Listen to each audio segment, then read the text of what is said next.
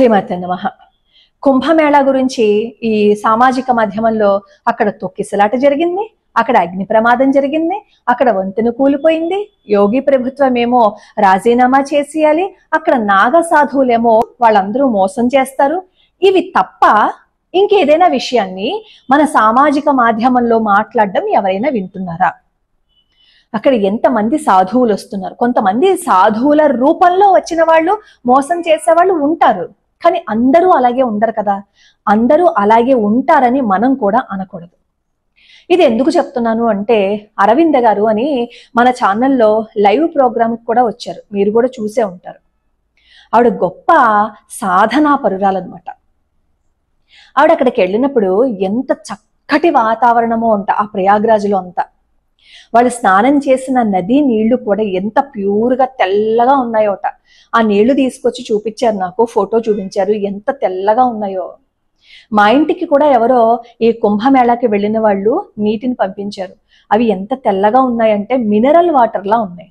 అప్పుడు మీరు వెంటనే అంటారు, మినరల్ వాటరే కవర్లో పోసి తెచ్చారేమో అని. కాదు, అక్కడికి స్నానం చేసినప్పుడు మా స్నేహితురాలు బాటిల్లో నాకు చూపించిన నీళ్లు కూడా అంతే తెల్లగా ఉన్నాయి. ఆశ్చర్యపోయారు అక్కడ అన్న వాళ్ళందరూ. ఈవిడ కూడా అదే చెప్పారు, అంతమంది స్నానం చేస్తున్నారు కదా, ఈ మధ్య కాలంలో సామాజిక మాధ్యమంలో ఆ నీటి గురించి అవాకులు చవాకులు చాలా మంది పేలారు కదా, అక్కడ నీటిని చూస్తే అర్థమవుతుందా నీళ్ళు ఎలా ఉన్నాయి అనేది అని ఆవిడ నాకు చెప్పారు. దాంతో పాటుగా వీళ్ళు 27 ఆ సమయంలో అక్కడే ఉన్నారనమాట. అప్పుడు మహాసమ్మేళనం ఏదో జరుగుతోందట. ఈ నాగ సాధువులందరూ రహస్య సమావేశానికి వెళ్తున్నారట. ఈ విషయం ఈవిడికి ఎలా తెలిసింది అంటే, మన కంచి కామకోటి ఆశ్రమం ఉంది కదా, వాళ్ళు ఈ ప్రయాగ్రాజ్లో సెక్టార్ 20 దగ్గర అన్నదానం చేస్తున్నారు. వచ్చిన వాళ్ళందరికీ ఉచితంగా వాళ్ళు ఆదరంగా ప్రేమతో అడిగి మరి వాళ్ళు వడ్డన చేస్తున్నారు, కడుపు తడిమి అన్నం పెడుతున్నారు. మన కంచి కామకోటి పీఠం వాళ్ళు. అక్కడ వాళ్ళు ఈవిడికి తెలుసు అనమాట. వాళ్ళు చెప్పారు, ఇప్పుడు నాగ సాధువులు రహస్య సమావేశానికి వెళ్ళారు, అక్కడ వాళ్ళది ఏదో సమావేశం జరుగుతోంది అని. అలా చెప్పటమే కాకుండా అక్కడ ఉన్న వాళ్ళల్లో ఒక ఆవిడ చెప్పారట, మనం నాగ సాధువులను చూడాలి అని అనుకుంటాము, కానీ అక్కడికి వెళ్ళకూడదు. వాళ్ళని ఏడిపించడం కానీ, బాధ పెట్టడం కానీ, ఇబ్బంది పెట్టడం కానీ చేస్తే వాళ్ళు ఏదైనా మాట అంటే చటుక్కునాది జరిగిపోతుంది. కాబట్టే నాగ సాధువులను చూసినా మనం దూరం నుంచి నమస్కారం పెట్టుకుని వచ్చేయాలి తప్ప వాళ్ళని ఇబ్బంది పెట్టకూడదని చెప్పి అక్కడ ఉన్న ఆవిడ చెప్పారు. సరే, ఈ లోపేమో అక్కడ ఈ కంచి కామకోటి పీఠం ఆధ్వర్యంలో నడుస్తున్న అక్కడ చోట వాళ్ళు భోజనం చేసేసి బయటికి వచ్చారు. ఈ లోపు మీకు వీడియో చూపిస్తాను చూడండి. ఇంతమంది నాగ సాధువులు ఆ రహస్య సమావేశం అయిపోతున్నా వెళ్ళిపోతున్నారు ఎక్కడికో. అంటే అక్కడే వాళ్ళు సాధన చేస్తూ ఉంటారు, ఈ ఒక చోట నుంచి ఇంకో చోటకి వెళ్తున్నారట. దానిని ఫోటో తీయడానికి కూడా అక్కడ ఉన్న పోలీస్ అధికారులు అస్సలు ఒప్పుకోవటం లేదట. మీరు అసలు ఫొటోస్ తీయద్దు అని చెప్పారు. నేను మీకు ఇంకొక చిన్న వీడియో చూపిస్తాను చూడండి. చూశారు కదా, వీళ్ళందరూ కొత్తగా సన్యాసం తీసుకోవడానికి అక్కడికి వచ్చిన వాళ్ళుట. అక్కడ ఉన్న వాళ్ళందరూ ఏం చెప్పారంటే అంట, ఈ నాగ సాధువులు కొంచెం సమయం కనిపిస్తారట, ఇంకంతలోనే ఎక్కడికి వెళ్ళిపోయారో వాళ్ళకి కనిపించదట. అది వాళ్ళ యొక్క శక్తి.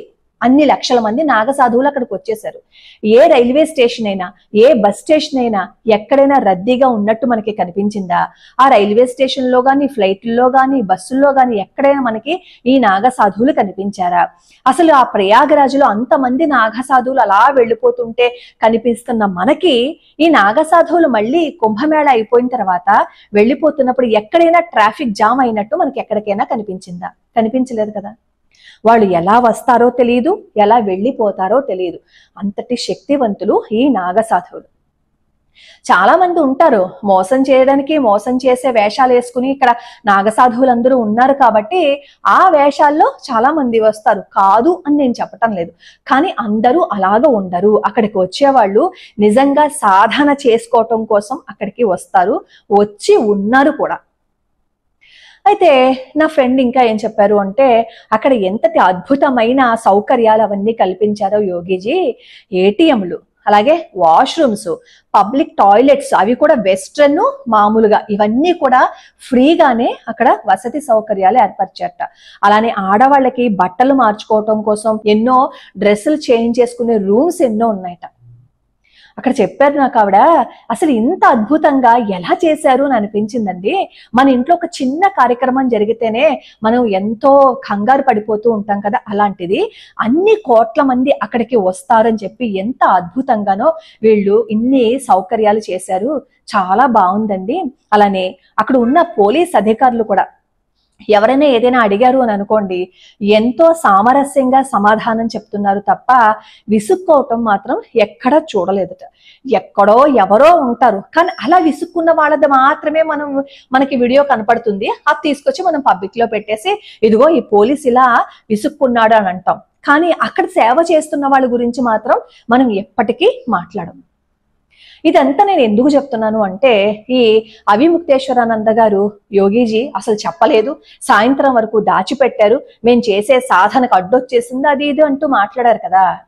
మీకు ఇంకొక విషయం చెప్తాను. ఇది కూడా ఫేస్బుక్ లో స్వ అనుభవాన్ని ఆయన రాసుకున్నారనమాట. వాళ్ళు ఈ కామారెడ్డి ప్రాంతం నుంచి కారులో బయలుదేరారట ప్రయాగరాజు. ఈ ప్రయాగరాజు వచ్చేసరికి రాత్రి 8 గంటలైంది.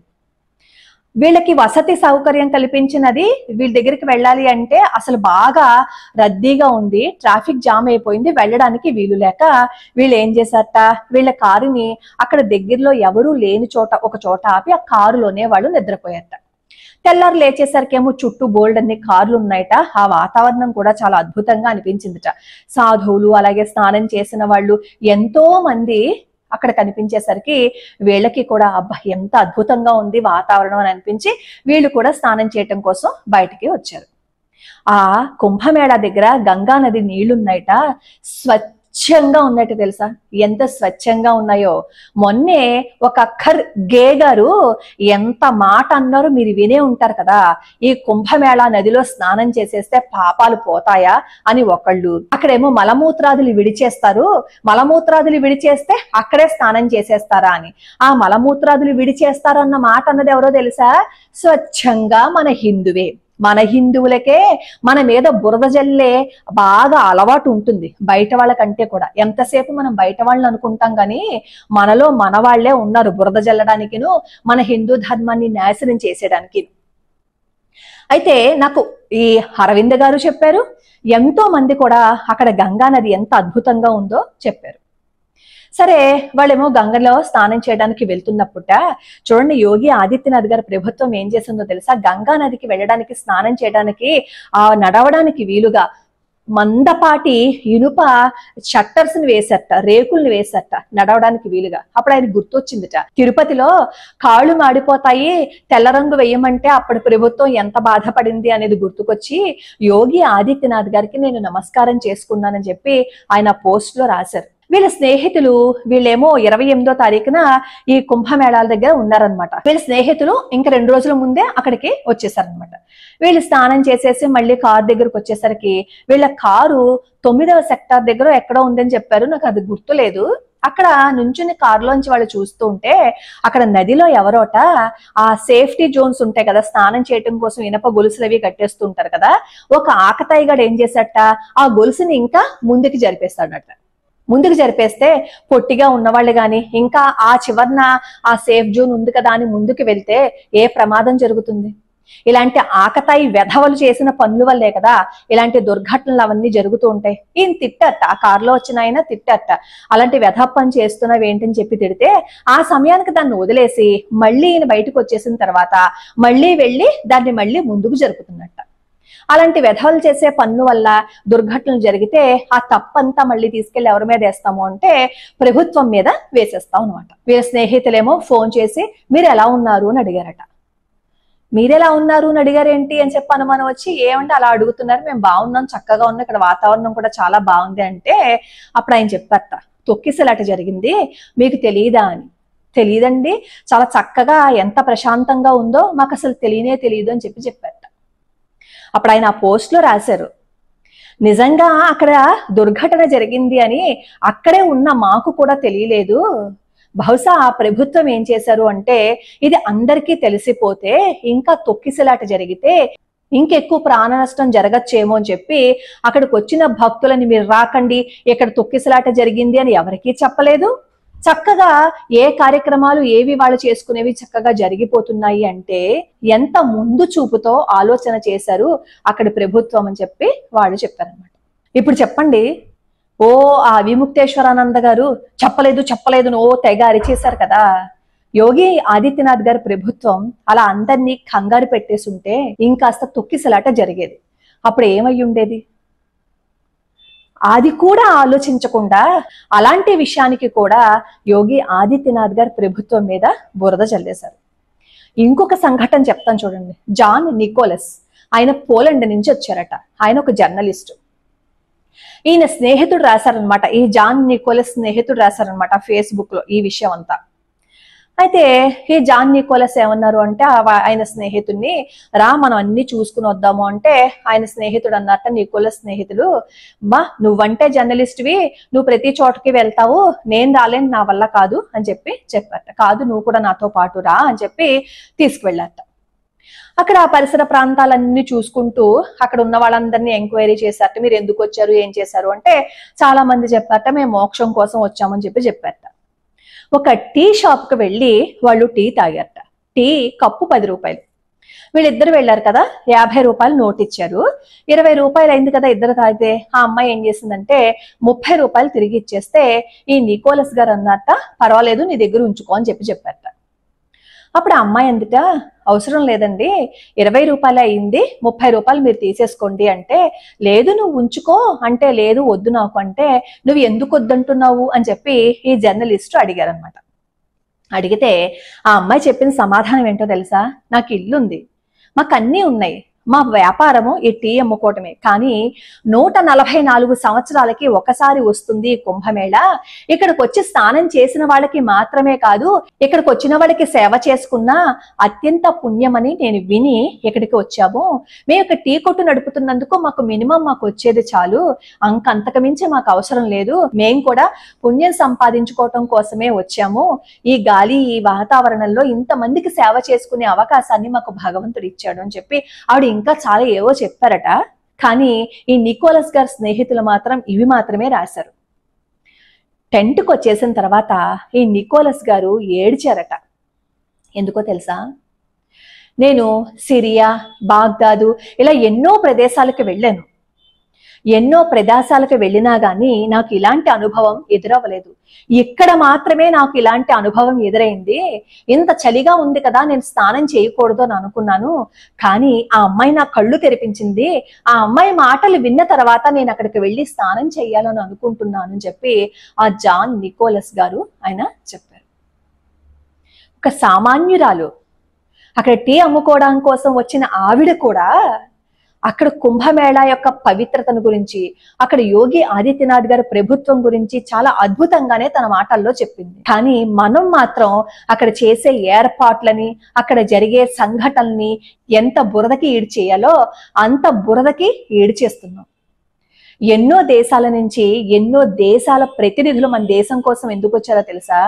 కుంభమేళాలో జరిగే ప్రతి సంఘటనని కవరేజ్ చెయ్యండి అని చెప్పి ఎన్నో దేశాల ప్రతినిధులు మన దేశానికి వచ్చారు. దాదాపుగా నాకు తెలిసే ఒక 80 దేశాల ప్రతినిధులు వచ్చారట ఈ న్యూస్ అంతటిని కవరేజ్ చేసుకోవటం కోసం. ఇన్ని అద్భుతాలు అక్కడ జరుగుతున్నప్పుడు మనం ఎందుకు ప్రతి దాంట్లోనూ రంధ్రాన్వేషణ చేసి అందరినీ తిడుతూనే కూర్చుంటాం? ఈ విషయాలు ఎవరైనా చెప్పగలిగారా? చెప్పరు. ఎందుకంటే అక్కడ మంచి జరిగింది, అక్కడ అద్భుతం జరుగుతోంది, అక్కడ చాలా చక్కగా ఉంది అని చెప్తే అక్కడ ప్రభుత్వానికి ఫర్రగా అయిపోతుంది కదా, ఓట్లు వాళ్ళకి పడిపోతాయేమో అని చెప్పి ఏడుపు కొంతమంది కాంగ్రెస్ వాళ్ళకి.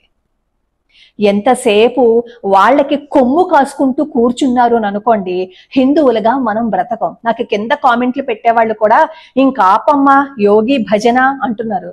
అక్కడ యోగీజీ అక్కడ మోడీజీ లేకపోతే హిందువుగా నువ్వు బతకలేవు అనే విషయం ముందు నువ్వు అర్థం చేసుకో. నాకు కింద కామెంట్ పెడుతున్నారు కదా, ముందు అది అర్థం చేసుకోండి. మనల్ని దోచుకుని తింటారు, మనల్ని ఏడిపించుకుని తింటారా? హిందువులుగా మనల్ని బతకనివ్వర్రా?